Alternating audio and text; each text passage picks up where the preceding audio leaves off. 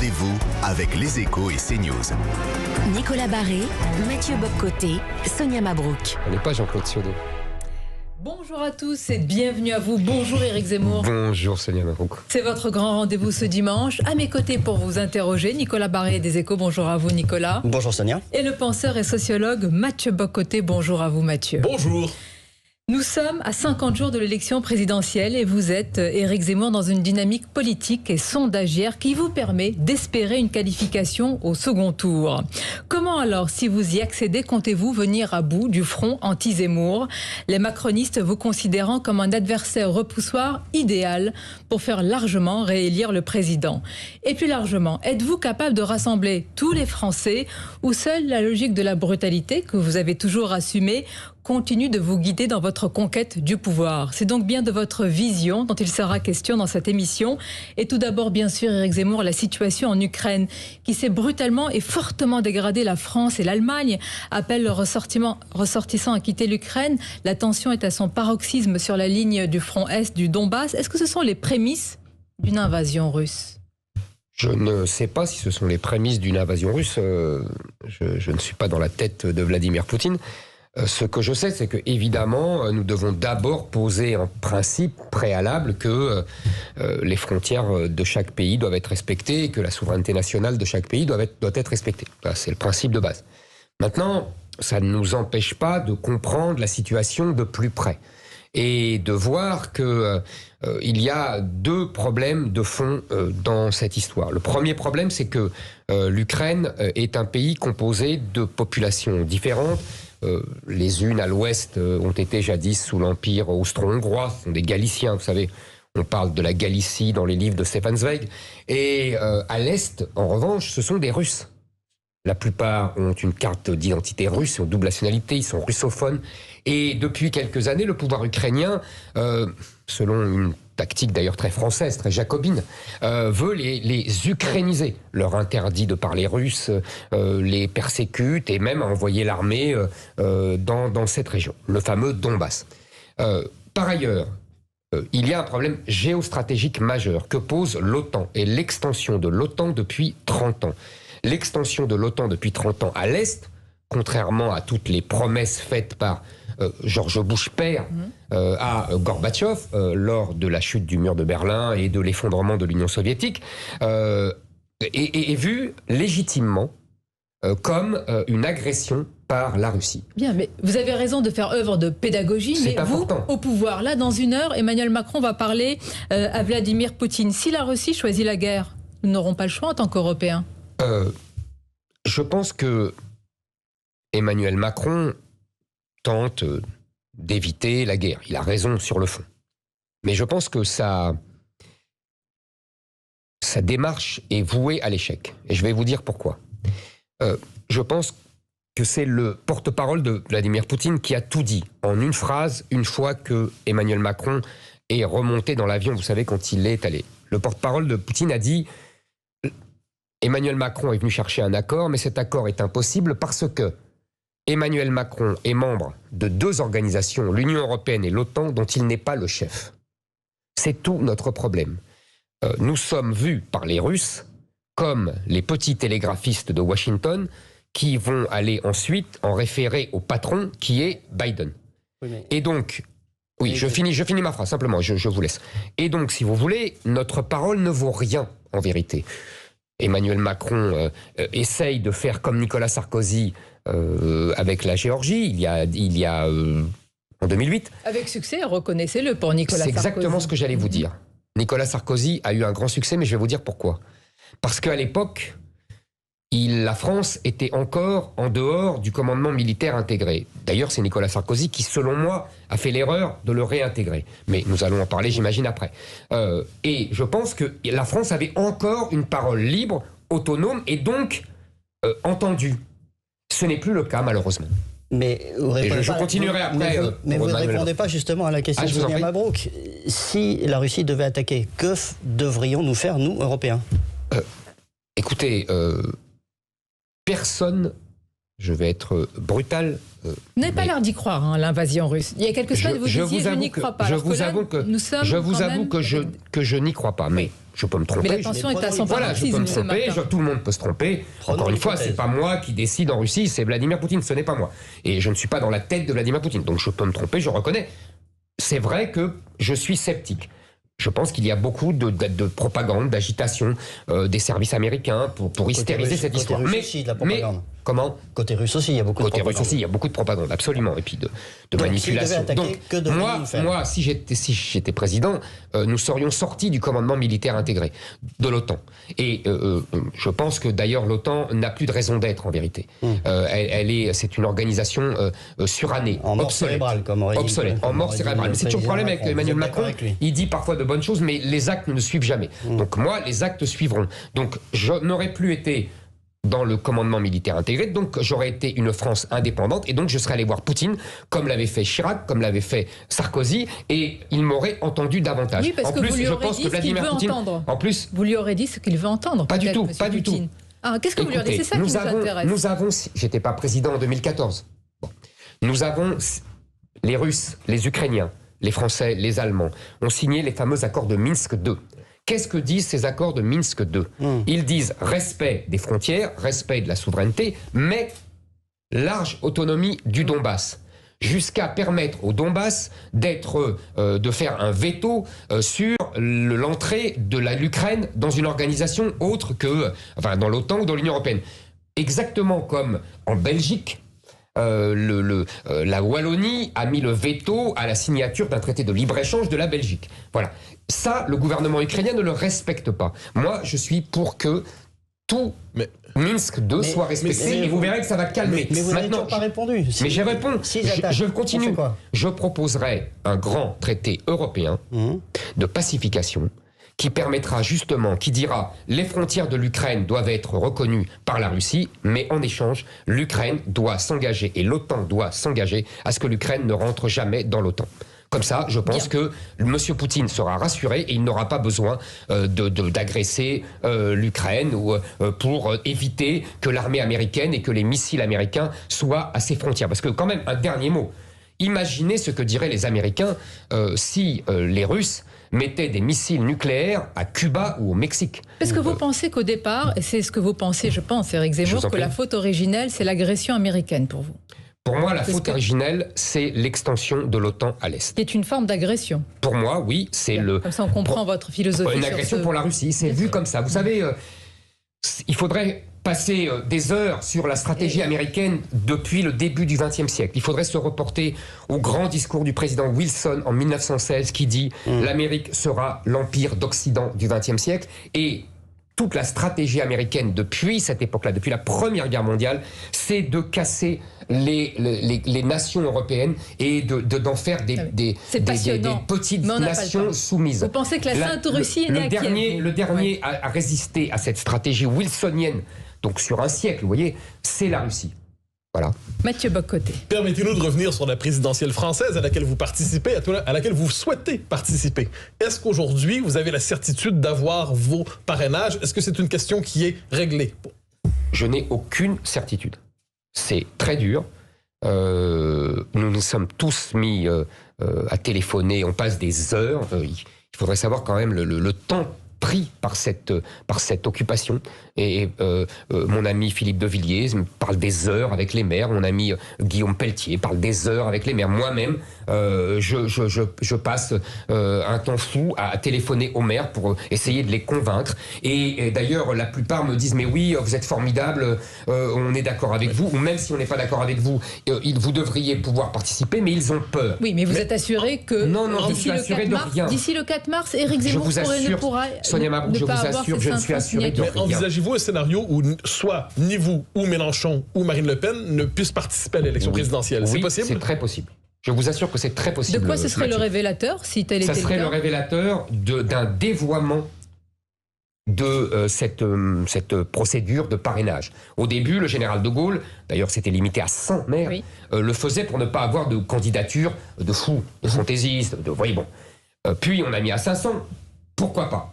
Mais à partir du moment où M. Hollande a rendu public tous les noms des maires, il les a mis sous la pression de leurs partis politiques, des communautés de communes, des régions, des départements qui font pression, qui leur disent si tu choisis Zemmour, il n'y a pas de subvention pour ta piscine. Si tu parraines Zemmour, tu vas voir, on va casser ta majorité municipale. C'est ça qui se passe aujourd'hui. Mais vous entendez ce qui est dit, Éric Zemmour, c'est que pour une grande partie de la Macronie, ils ont intérêt que vous soyez candidat et que donc il y aura les parrainages. On va en parler, je pose. Oui. Bon, donc je répondrai à cette question. La Macronie ne maîtrise pas grand-chose, vous savez. Ils n'ont pas d'élus. On n'est plus au temps où Mitterrand et Chirac disaient « Allez, trouvez-moi 100 maires ». C'est fini ce temps-là. Et une élection présidentielle sans vous, sans Le Pen ou sans Mélenchon, c'est une élection illégitime selon vous? Oui. C'est clairement les... Ah mais oui, mais c'est évident. Je veux dire, quand Anne Hidalgo représente 2% dans les sondages et qu'elle a 2000 signatures, quand les deux candidats trotskistes, qui ne représentent rien dans le pays, rien, qu'eux-mêmes ont chacun 500 signatures, il y a un problème. En attendant, la campagne évidemment se poursuit. Cette semaine, Éric Zemmour a été marqué par une bascule dans les sondages. Précisons qu'un sondage, ça reste une photographie à l'instant T avec toujours une marge d'erreur. Quoi qu'il en soit, vous êtes aux portes du second tour, devant Valérie Pécresse et à quasi-égalité ou même devançant pour un sondage Marine Le Pen.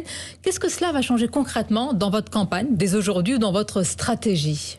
Vous savez, moi, je ne délimite pas et détermine pas ma stratégie en fonction du dernier sondage. Ça me fait plaisir, hein, je ne vais pas vous dire que ça me fait peine, on préfère avoir des sondages bons que des sondages moins bons.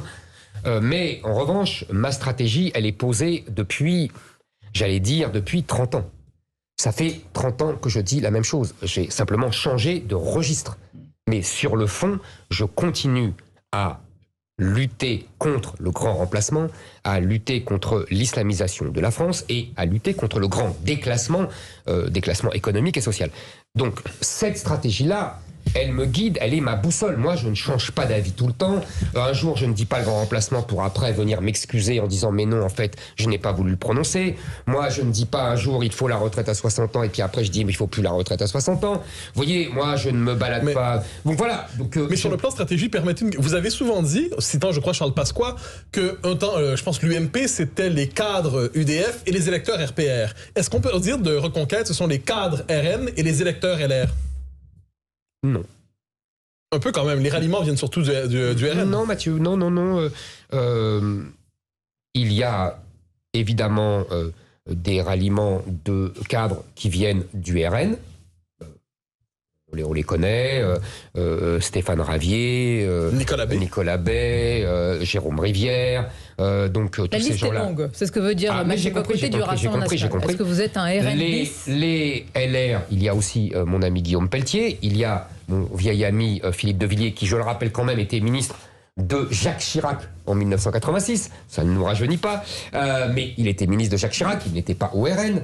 Il y a Laurence Trochu, Jean-Frédéric Poisson qui était associé au LR. Donc vous voyez, bon. Mais ce que je veux dire par là, c'est que tout ça n'est pas le plus important. Le plus important, Mathieu Bocoté, selon moi, c'est que je suis le seul à faire ce grand rassemblement des droites entre l'électorat RN et l'électorat LR, entre les cadres RN et les cadres LR, que la droite attend depuis des décennies. Je suis le seul en mesure, et je pense que c'est pour ça qu'il y a une dynamique de campagne, entre autres, au-delà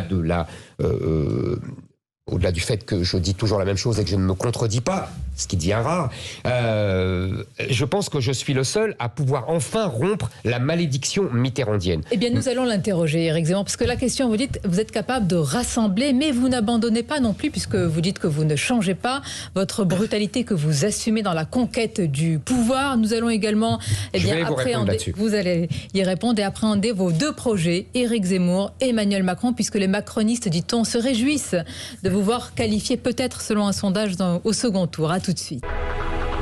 Et notre invité ce dimanche, le candidat Éric Zemmour, nous vous interrogeons sur votre capacité à rassembler. Marine Le Pen vous reproche de confondre fermeté et brutalité. Alors Éric Zemmour, est-ce que vous continuez à assumer, vous l'avez souvent dit, une forme de brutalité, quitte à effrayer une partie d'électeurs qui voudraient voter pour vous, mais qui sont effrayés de possibles violences ou même pire dans notre pays, si vous êtes aux portes du pouvoir? Je ne crois pas avoir assumé une brutalité. Ce que j'ai dit, mais je vais vous préciser, ce que j'ai dit, c'est que la situation de notre pays est très grave. que, effectivement, ce qui est brutal, c'est le sort réservé à nos compatriotes qui, sur leur territoire, dans leur pays, sont dépossédés de leur pays, se sentent de plus en plus étrangers dans leur propre pays. C'est cela qui est brutal. Ce qui est brutal, ce sont tous ces gens qui se font agresser, voler, molester, ces dames que j'ai vues encore l'autre jour qui n'osent plus sortir avec leur collier au cou, ces jeunes filles qui ne savent plus comment s'habiller, qui s'interdisent de s'habiller en jupe parce qu'elles vont dans tel ou tel quartier et qu'elles se font agresser, cracher dessus. Vous avez vu la dernière scène avec cette pauvre jeune fille Mila qui se fait agresser, insulter, etc. C'est ça qui est brutal, Sonia Mabrouk. Pardonnez-moi de rappeler la dure réalité. Ce n'est pas moi. Moi, je m'adapte à cette brutalité, à ce que vivent les Français. Et je dis, il y a des solutions fondamentales, mais qui sont rudes parce qu'elles rompent avec 40 ans d'idéologie dominante. Mais on peut y répondre avec une volonté de rassemblement. Est-ce que vous ne sous-estimez pas, c'est un scénario parmi d'autres, qu'il peut y avoir un scénario de violence, certains disent même pire, d'émeutes si vous êtes aux portes du pouvoir. Vous vous souvenez que pour Mitterrand, c'était les chars russes en 80, voilà. On n'a jamais eu les chars russes. Bon. Et est-ce que pour vous, il y a un risque ou pas ? Est-ce que vous le sous-estimez ? Il y a toujours des risques, mais il y a des risques même si je ne suis pas élu. Je n'étais pas élu quand il y a eu les émeutes de 2005. Je n'étais pas élu quand Charlie s'est fait massacrer à la Kalachnikov. Je n'étais pas élu quand il y a eu le Bataclan. Je n'étais pas élu quand Samuel Paty s'est fait égorger. Je n'étais pas élu quand l'explosion des agressions dans la rue. 1800 agressions par jour, Sonia Mabrouk. Je ne suis pas élu encore. Et ça vous appelez pas ça comment ? Moi, j'appelle ça un ensauvagement de la société inouï, dont la première responsabilité est l'immigration. La seconde étant une justice qui n'est pas à la hauteur. Nous allons en parler. Mais allons sur un autre registre. Vous parlez de ce type de brutalité. Je vous ramène en 2002. On le sait, suite au passage de Jean-Marie Le Pen au deuxième tour, il y a eu une forme de mobilisation maximale d'une bonne partie de la société et on traitait Jean-Marie Le Pen non pas comme un adversaire, mais comme un ennemi. Plusieurs, aujourd'hui, vous voient non pas comme un adversaire, mais comme un ennemi. On utilise le registre du nazisme, du fascisme pour parler de vous. Est-ce que vous redoutez quelque chose comme un 2002 bis si vous traversez le premier tour ? Vous savez, évidemment que pour abattre un adversaire et pour abattre un adversaire qui défend la France, parce que je pense que c'est ça le sujet, c'est la France. Le sujet, c'est la France.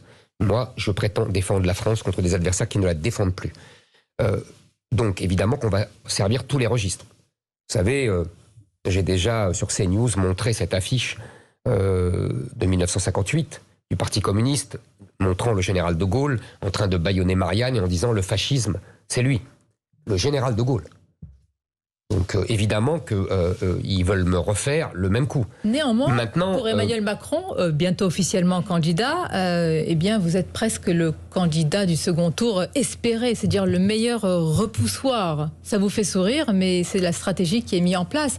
Et en gros, vous êtes deux adversaires irréductibles, mais peut-être aussi que chacun a intérêt à voir l'autre face à lui. Je vais vous dire pourquoi je souris, parce que j'ai une longue mémoire et je vais vous raconter deux anecdotes très rapides. En 1980, en novembre, décembre 1980, quand Valéry Giscard d'Estaing, alors président de la République, apprend que c'est François Mitterrand qui a été désigné comme son candidat du Parti socialiste et non pas Michel Rocard et non pas d'autres, on sable le champagne à l'Élysée. En 1995, Nicolas Sarkozy, alors soutien d'Édouard Balladur, fera une déclaration remarquée à la télévision en disant Monsieur Balladur va être élu au premier tour. Il faut se méfier, vous voyez, de ce genre d'enthousiasme. Qu'il soit heureux de m'avoir en face, c'est très bien. Moi, je suis content d'avoir M. Macron en face parce que je pense que nous avons les deux lignes les plus irréductibles, les deux visions les plus irréductibles. Au moins, les Français pourront choisir. Je parlais de Giscard et Mitterrand, on disait à l'époque c'était un enjeu de société. Aujourd'hui, c'est beaucoup plus important, c'est un enjeu de civilisation. Justement, Éric Zemmour, on peut dire que les électeurs d'Emmanuel Macron n'ont pas votre obsession sur le tragique de l'histoire, la guerre des civilisations, et eux prétendent incarner plutôt, au contraire, une vision beaucoup plus optimiste de la France, un avenir plus radieux. Vous étant plus dans la nostalgie, est-ce que cette France d'Emmanuel Macron, pour vous, est dans le déni ? Vous savez, je pense que pourquoi il y a deux lignes, philosophiquement, on pourrait dire que, en fait, Vous savez, après la chute du mur de Berlin, il y a 2 penseurs qui ont écrit des textes remarqués, c'est Fukuyama et Huntington. Fukuyama a dit « c'est la fin de l'histoire ». Tous les pays vont devenir des démocraties libérales comme la Suède, je caricature évidemment, et Huntington a dit pas du tout, nous allons vers un conflit de civilisation. Emmanuel Macron est du côté de Fukuyama, moi je suis du côté de Huntington. Je pense que c'est Huntington qui a raison. Et donc il faut défendre la France dans ce conflit de civilisation. Mais la question, est-ce que vous voulez éviter ou souffler sur les braises? Non. Personne n'a besoin de moi pour souffler sur les braises. Pardonnez-moi, elle se fait toute seule. Elle avance toute seule, je vous l'ai dit tout à l'heure. Maintenant, pour l'espérance et pour l'espoir dont vous m'avez parlé, ça, vous avez repris la vision et les éléments de langage d'Emmanuel Macron. Moi, je vois autour de moi un énorme espoir, une immense espérance. Tous les gens qui viennent me voir me disent « sauvez-nous ». Vous savez, sauver la France pour qu'elle reste la France, ce n'est pas être dans la nostalgie, c'est au contraire d'être dans l'espoir. Ce peuple français veut rester français. Il n'a pas envie d'être remplacé ou noyé dans une invasion africaine ou devenir le Liban en grand ou une espèce de 51e pays de l'Oumma, la communauté des nations musulmanes.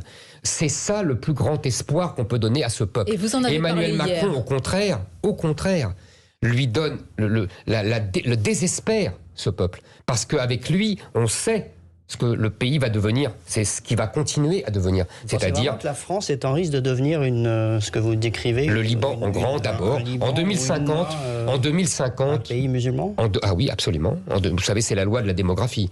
Vous avez vu le reportage sur M6 à Roubaix. Roubaix, c'est l'Afghanistan à 2 heures de Paris. Et des Roubaix, il y en a des dizaines en France. Donc là, on est déjà dans le pays en Oumma. Il y a des innombrables enclaves étrangères en France où on n'est plus en France. Précisons, la Oumma, c'est ce qui rassemble les musulmans par-delà les frontières, l'appartenance religieuse. Et on arrive au cœur de votre projet, c'est ça qu'on va sonder. On va marquer une courte pause. C'est véritablement, puisque le grand remplacement, la théorie a été utilisée également par Valérie Pécresse, mais elle pour... dénoncer, donc on va venir à cela. Est-ce que vous dites non, vous nous expliquerez hier, est-ce que vous avez dit au Mont-Saint-Michel, une courte pause, et justement c'est votre vision et vos propositions également qui sont au cœur de cette émission. Et on poursuit notre émission avec le candidat Éric Zemmour. La théorie du grand remplacement a imprégné cette campagne présidentielle. Tout le monde en parle, y compris Valérie Pécresse. Mais pour mieux conjurer le risque, dit-elle, du grand remplacement, Xavier Bertrand, il y a quelques jours sur notre antenne, a fustigé cette théorie, affirmant que vous êtes dans le complotisme et le plus vil des conspirationnismes également, Éric Zemmour. Vous me faites oui de la tête Non, je vous fais oui parce que Xavier Bertrand, je connais sa position depuis longtemps. Ça n'a rien de complotiste ni de conspirationniste, c'est un processus historique. Je lisais d'ailleurs l'autre jour dans les Échos Jacques Attali reconnaître, alors que vraiment je suis d'accord sur rien avec lui, que le grand remplacement avait toujours existé, qu'il y avait eu un grand remplacement des Gaulois par les Romains, dans toutes les civilisations. C'est un processus démographique. C'est un basculement démographique. Oui, c'est une démocratie démographique. À partir du moment, vous savez, où en Europe il y a 400 à 500 millions d'habitants et qu'en Afrique il y a aujourd'hui 1,4 milliard et en 2050 2 milliards, vous voyez le rapport de force. Donc ce n'est pas un projet pensé, ce n'est pas un projet mais j'ai jamais dit que c'était un projet pensé. On vous pose la question pour connaître votre définition. Bien sûr, non, c'est un processus démographique qui doit être arrêté. Et c'est là où je souriais quand je vous entendais, parce que évidemment Valérie Pécresse est sous la pression de Xavier Bertrand, de Jean-François Copé, et donc elle essaye de parler comme moi pour retenir les électeurs de droite de venir vers moi, et en même temps après elle donne des gages aux centristes, c'est la manœuvre habituelle de LR. C'est pas ça l'important. L'important c'est qu'il faut savoir comment l'arrêter. Comment arrêter ce grand remplacement? Par des mesures très fermes contre l'immigration. Je donne très vite. Moi j'arrête le regroupement familial complètement, pas Valérie Pécresse. J'expulse les délinquants étrangers, pas Valérie Pécresse. Je déchois de nationalité les binationaux criminels, pas Valérie Pécresse. Je supprime le droit du sol, pas Valérie Pécresse. Je supprime aussi les prestations sociales aux étrangers, les prestations sociales qu'on appelle non contributives, pas Valérie Pécresse. Mais est-ce que ces mesures attendez, est-ce que ces mesures, peux décliner comme ça. On a bien entendu. Est-ce que ces mesures vont vous permettre, si je reprends ce que vous dites, d'éviter ce grand remplacement, d'aller contre ce grand remplacement? Une question précise, Éric Zemmour. Et pour ceux qui refusent l'assimilation, qu'est-ce que vous leur dites? Vous partez? Pour ceux qui refusent l'assimilation et qui ont déjà la nationalité française. Et qui n'enfreignent aucune loi, mais qui refusent l'assimilation vue par Éric Zemmour. Ils ont le droit. Je suis dans un pays libre. Je suis un homme qui respecte la liberté de chacun.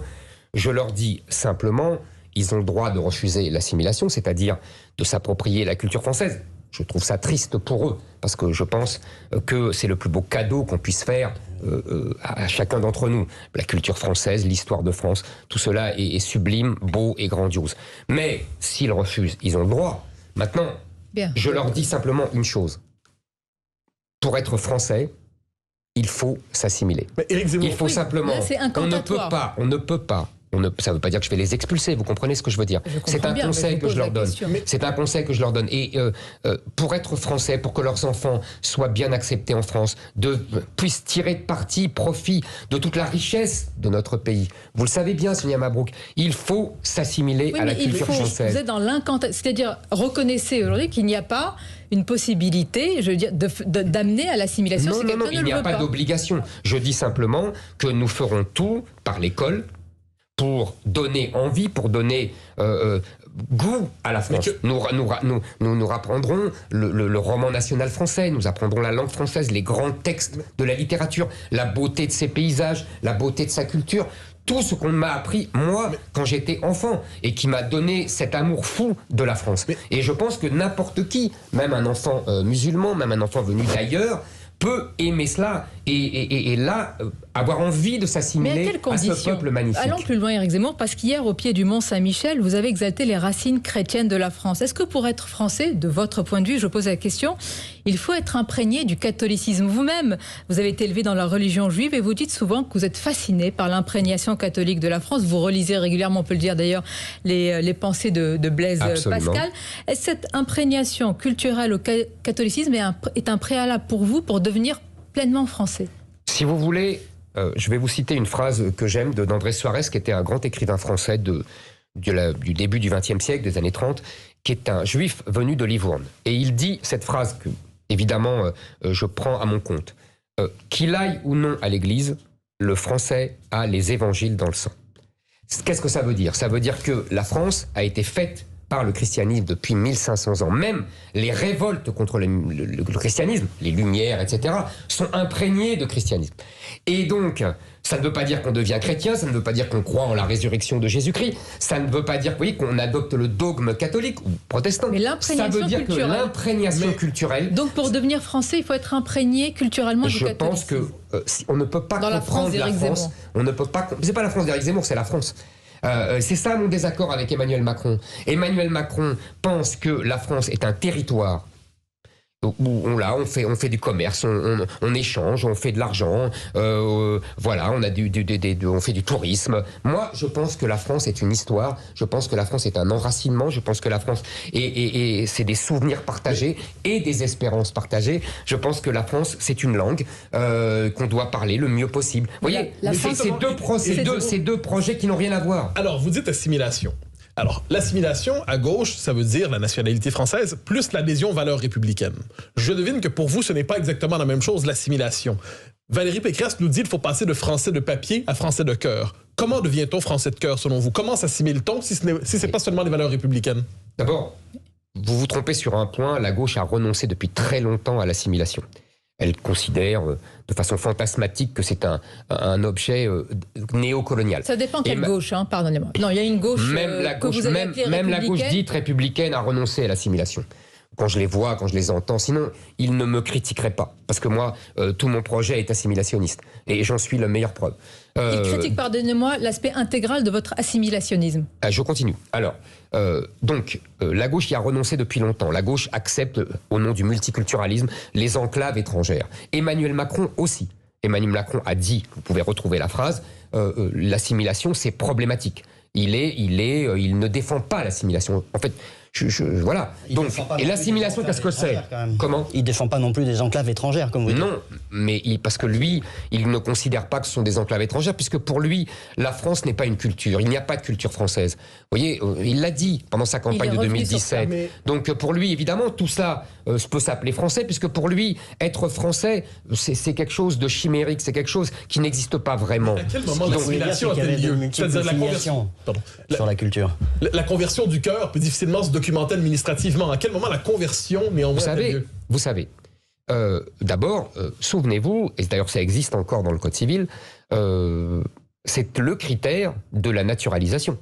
qui n'a pas été abandonné dans les textes. Donc vous voyez bien qu'on peut apprécier les éléments d'assimilation.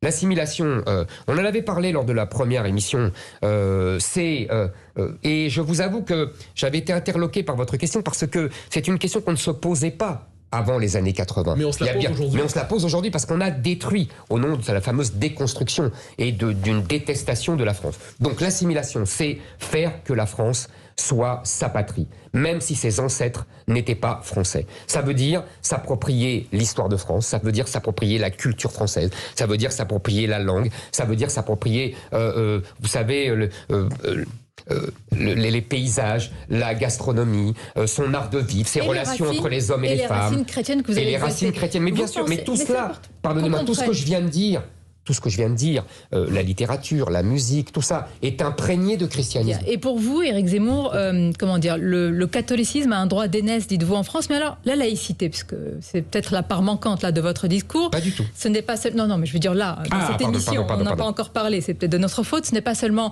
pour vous, en tous les cas, la laïcité, ce n'est pas seulement la liberté religieuse. Vous estimez que c'est un devoir de discrétion. Je me souviens que dans une autre émission, vous aviez dit qu'il fallait interdire tous les signes religieux dans l'espace public. Vous visez, on l'a bien compris, faut-il le préciser vous concernant le voile, mais est-ce que ça veut dire que ça englobe aussi, on peut se poser la question, pour nos amis français, juifs et autres, la kippa, la croix pectorale d'évêque, est-ce que tous les signes religieux ostentatoires dans votre vision de la France doivent être bannis de l'espace public? Tous les signes religieux doivent être bannis de l'espace public, tous les signes ostentatoires. On vivait comme ça, encore une fois, dans mon enfance. Moi, j'ai raconté déjà que quand je sortais de la synagogue, j'avais la calotte sur la tête et ma mère me disait « tu me ranges cette calotte, tu le mets dans ta poche ». C'est comme ça qu'on a tous été élevés. La laïcité, c'était le devoir de discrétion, pour ne pas offusquer les autres. On n'a pas à affirmer sa religion devant les autres. C'est une question de respect des autres, d'élégance. Bon, maintenant, je ne mets pas dans la même bain les soutanes. Même si il faudrait voir que les républicains les plus féroces au début du XXe siècle voulaient interdire la soutane dans l'espace public. Ils ont bien changé depuis maintenant. Ils manifestent avec les imams qui menacent les enfants qui écoutent de la musique de se transformer en cochons. Enfin bon. Donc vous gardez certains signes religieux, mais pas d'autres. On garde les soutanes. Ce sont des professionnels de la religion. Ouais. Donc le clergé. Le clergé, exactement. Mais pas les civils. C'est assez simple en fait à comprendre. Je ne vois pas ce qu'il y a de choquant là-dedans. Vous voulez qu'on croie davantage en la France? D'ailleurs, on pourrait vous citer la fameuse phrase de Chesterton que vous connaissez probablement par cœur depuis que les hommes ne croient plus en Dieu. Ce n'est pas qu'ils ne croient plus en rien, c'est qu'ils croient en tout. Si vous deviez nous résumer en quelques mots, en quelle France vous croyez-vous? En quelle France? Mais la France éternelle, c'est-à-dire la France qui vient du fond des âges, comme disait le général de Gaulle. Vous savez... vous connaissez cette formule magnifique à la fin des Mémoires de guerre. Il dit, le général de Gaulle écrit « Vieille France, accablée d'histoire, meurtrie des révolutions et de guerres, allant et venant sans relâche de la grandeur au déclin, mais redressée de siècle en siècle par le génie du renouveau. » Mais voilà. La France éternelle... Je peux pas trouver une phrase plus belle. Je pense qu'aujourd'hui, ma campagne est animé par le génie du renouveau. Et que nous sommes tombés tellement bas dans le déclin, nous sommes au bord de ce que j'ai dit tout à l'heure, de la libanisation, que maintenant, je vois dans la ferveur autour de moi, la ferveur dans cette campagne, qu'il y a effectivement ce génie du renouveau. Et ça répond à votre question tout à l'heure. Pour moi, ce n'est pas Emmanuel Macron qui suscite, et ce n'est pas le monde d'Emmanuel Macron qui suscite de l'espérance, parce que le monde d'Emmanuel Macron signifie la mort de la France. Et la France éternelle, c'est un remplacement permanent, si vous avez bien lu Attali, c'est ce qu'il dit. Comment ? La France éternelle, c'est un remplacement permanent, si vous avez bien lu Attali. Attali considère que les Gaulois ont été remplacés par les Romains. Il se trompe.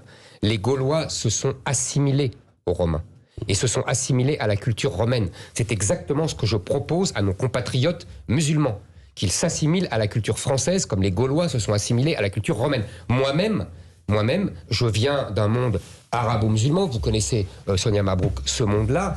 Mon père parlait très bien arabe, mon grand-père parlait mieux arabe que français, et je me suis assimilé comme un Gaulois à Rome. c'est-à-dire, et j'en suis fier, et j'en suis heureux. Peut-être une question. C'est ça que je propose, Bien. vous comprenez? Pour moi, c'est le bonheur, ce n'est pas une Vous contrainte. faites souvent référence à vos origines et à votre Parce que je pense judéité. qu'il y a des points communs Bien sûr. avec ce qui nous arrive, vous êtes Sur le d'accord? JDD.fr, peut-être l'avez-vous lu ce matin, Éric Zemmour, une tribune de personnalités des Français juifs dont des responsables du CRIF dénoncent votre discours de haine, disent-ils, et d'exclusion.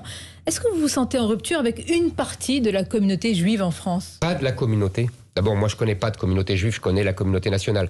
Et je connais des Français de confession juive. Vous savez, ma mère disait... Alors, disons de la population, ma mère comment disait, je suis dirait-il israélite. Bien. J'aime ce beau mot Est-ce qu'il y a une d'israélite. rupture entre une partie de Oui, cette il y a une population rupture entre les institutions juives, comme le CRIF, et autres, comme le Grand Rabbin, qui ont, il y a maintenant 30 ans, vous savez, j'ai beaucoup écrit là-dessus, qu'il y a maintenant 30 ans, se sont convertis au communautarisme et se sont convertis au multiculturalisme et ont renoncé au génie israélite français, au génie des Français de confession juive, depuis la Révolution, depuis Napoléon, qui était l'assimilation.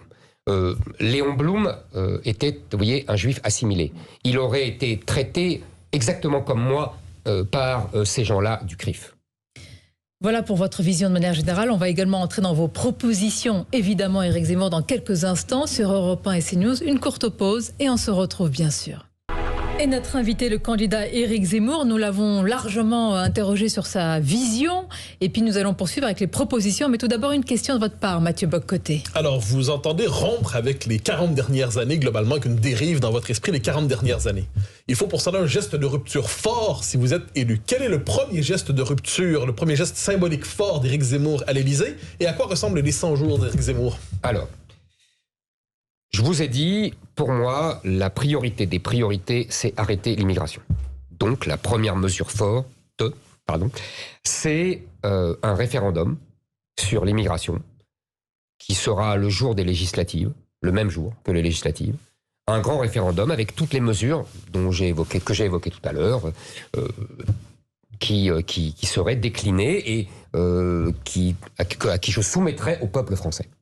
Donc la fin du regroupement familial, donc la suppression du droit du sol, l'expulsion des délinquants étrangers, la déchéance de nationalité pour tous les binationaux étrangers, l'expulsion des chômeurs étrangers au bout de 6 mois de recherche vaine de travail. Vous voyez, il y a toute une batterie de mesures et ça sera le premier symbole de mon nouveau quinquennat.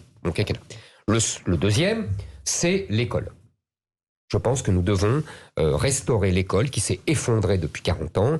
Et pour cela, nous devons remettre au cœur du primaire les fondamentaux, lire, écrire, compter. Nous devons supprimer le collège unique et rétablir des classes de niveau. Nous devons encourager la voie professionnelle, l'apprentissage, etc. Et nous devons rétablir un bac sélectif et méritocratique. Et nous devons remettre la discipline. Ça, c'est l'école.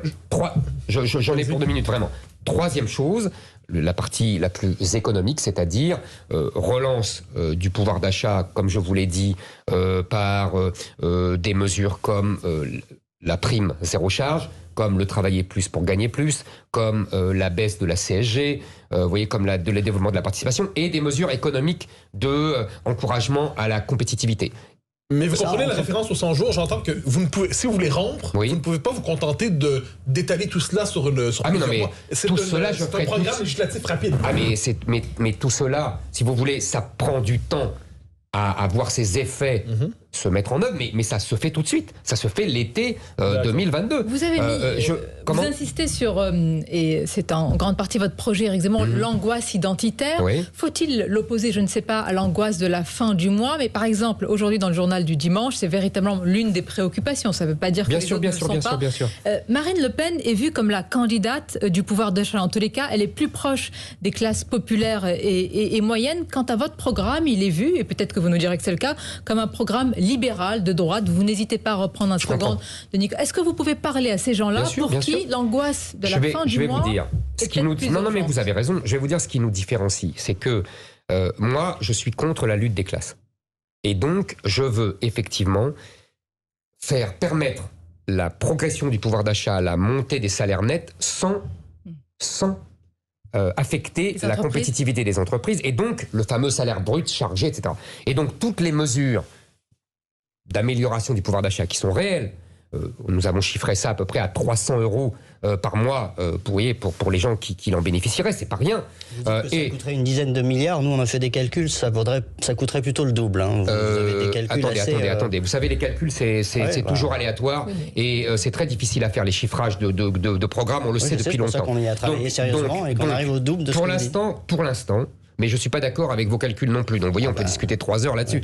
Ce que je dis, c'est qu'il faut absolument améliorer le salaire net sans toucher au salaire brut. Donc, par exemple, je propose la baisse de la CSG pour les salaires de moins de 2 000 €, qui permet une augmentation de salaire de 105 € par mois, et que je finance... C'est là, par exemple, que nous ne serons pas d'accord, que je finance par la suppression des prestations sociales non contributives aux étrangers. C'est pour ça que je propose aussi une prime. Combien rapporte cette suppression 20 milliards selon nos calculs. Mais je vous avoue, et c'est pour ça que je vous ai répondu ainsi, c'est très difficile de faire ce genre de calcul parce que l'INSEE et la CAF refusent de donner les vrais chiffres. Le ministre Bruno Le Maire lui-même, le ministre des Finances lui-même, qui débattait avec moi en décembre, a reconnu que lui-même n'avait pas réussi à avoir les vrais chiffres. Nous vous interrogeons parce qu'il en va de la crédibilité d'un candidat. Mais bien sûr, vous avez raison. Mais moi, mes équipes évaluent. Oui. L'OCDE, cité par le journal Marianne, avait évalué ma mesure, suppression des prestations sociales non contributives, à 21 milliards. Donc vous voyez, je reprends ce chiffre. C'est tout à fait raisonnable. Ça pourrait être plus, hein, mais bon, on en reparlera. Donc après, la prime, zéro charge, zéro URSSAF, un 13e mois ou 14e mois ou même un 15e mois, que les patrons trouvent que ces mesures-là donnent du pouvoir d'achat tout de suite. Et je continue, je propose le remboursement des frais. Justement, vous parliez de l'essence. Des frais d'essence pour les 18 millions de Français qui vont au travail avec leur voiture. Sur le modèle du remboursement du pass Navigo, ce qu'on appelait jadis la carte orange, pour les transports en commun, sur ce modèle-là, je propose que les patrons remboursent. Plafonné. Non, c'est Noël en avril. Non, Sonia Mabrouk, je vous assure que non. Ça sera plafonné à 40 € et les entreprises pourront le déduire de leurs impôts. Vous voyez, c'est pas assez. Bon. Par ailleurs, je propose aussi pour une vraie politique familiale de doubler le quotient familial, de remettre la politique familiale universelle telle qu'avant François Hollande, c'est-à-dire sans contrainte de revenus, et surtout, ma mesure que j'estime phare, de 10 000 € donnés pour chaque naissance dans la zone rurale, dans les campagnes. La zone rurale, ça, alors c'est très bien, c'est très facile. Difficile à comprendre. C'est très facile, je vous assure. Vous mettez où la limite entre le rural et l'urbain? Mais c'est pas moi. C'est l'INSEE. Vous voyez, moi je suis garçon simple. L'INSEE définit les zones rurales comme des villes de moins de 2000 habitants ou suffisamment loin d'un centre urbain. Moi, je me fie à la typologie de l'INSEE. L'État doit faire de la discrimination positive entre les zones. Exactement. Comme elle fait ça vous a jamais choqué quand M. Blanquer avait décidé de diviser les classes en deux dans les banlieues, ça ne vous a jamais choqué. Eh ben moi je ferai la même chose, mais pour les campagnes. Je considère que depuis 40 ans, nous avons favorisé excessivement les banlieues et que près de 100 milliards dépensés depuis 40 ans dans les plans de la ville, désormais nous allons faire des plans de campagne, des politiques de la campagne. Et nous allons favoriser ces zones magnifiques, mais désertifiées, abandonnées par les services publics, etc. Pardonnez-moi. Mathieu Bock-Côté. Nous sommes en 2027. Vous avez eu des réussites, des échecs, peut-être briguez-vous un nouveau quinquennat, mais qu'est-ce que vous n'avez pas le droit d'avoir échoué pendant votre premier quinquennat? Quelle serait la marque donnée? Ou inversement, qu'est-ce que vous devez absolument réussir pour que ce soit une réussite néanmoins? L'arrêt de l'immigration, le rétablissement de la sécurité, par des mesures fermes de rétablissement de la perpétuité, de peine planchée, vous voyez, d'expulsion des délinquants étrangers. On devra vous évaluer. Alors, sur immigration, sécurité, école. Et développement économique, dynamisme économique, réindustrialisation. Et pour conclure, est-ce que le mot espoir fait partie du vocabulaire d'Éric Zemmour? Est-ce que le mot apaisement fait partie de votre vocabulaire sans jouer au mot qui manque? Je vais vous dire quelque chose. Partout où je passe en France, vous savez ce que me disent les gens? Ils me disent deux choses. Ils me disent « Sauvez-nous.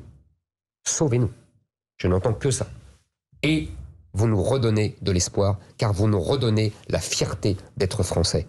Donc c'est ma campagne qui est celle de l'espoir. Et c'est la campagne d'Emmanuel Macron qui est et qui sera la campagne du désespoir, car ça veut dire la fin de la France. C'est deux lignes irréconciliables et irréductibles. Les Français en jugeront, bien sûr. Nous sommes à 50 jours, donc c'était important de vous interroger sur votre vision et vos propositions. Merci Éric Zemmour d'avoir été notre invité. Je remercie mes camarades, bien sûr, Mathieu Bock-Côté et Nicolas Barré.